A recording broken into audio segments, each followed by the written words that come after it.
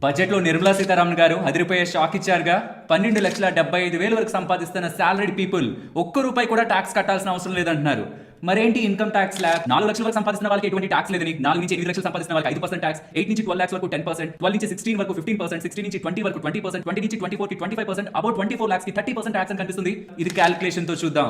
Let's say me salary 12,75,000 అనుకుందాం. అందులో standard deduction 75,000 తీసేసేయండి. నెట్ మీ టాక్సబుల్ ఇన్కమ్ 12 lakhs కదా. ఇందాక నేను చూపించిన ట్యాక్స్ ల్యాబ్స్ ప్రకారం 12 లక్షలపై మీ ట్యాక్స్ 60,000 అయిండాలి. కానీ 12 లక్షల వరకు ఎవరి ఇన్కమ్ అయితే ఉంటుందో వాళ్ళు ఆ 60,000 రూపాయల రిబేట్ ని గవర్నమెంట్ దగ్గర నుంచి పొందుతున్నట్టు. ఈ 75,000 స్టాండర్డ్ డిడక్షన్ కేవలం సాలరీడ్ ఎంప్లాయీస్ కి మాత్రమే.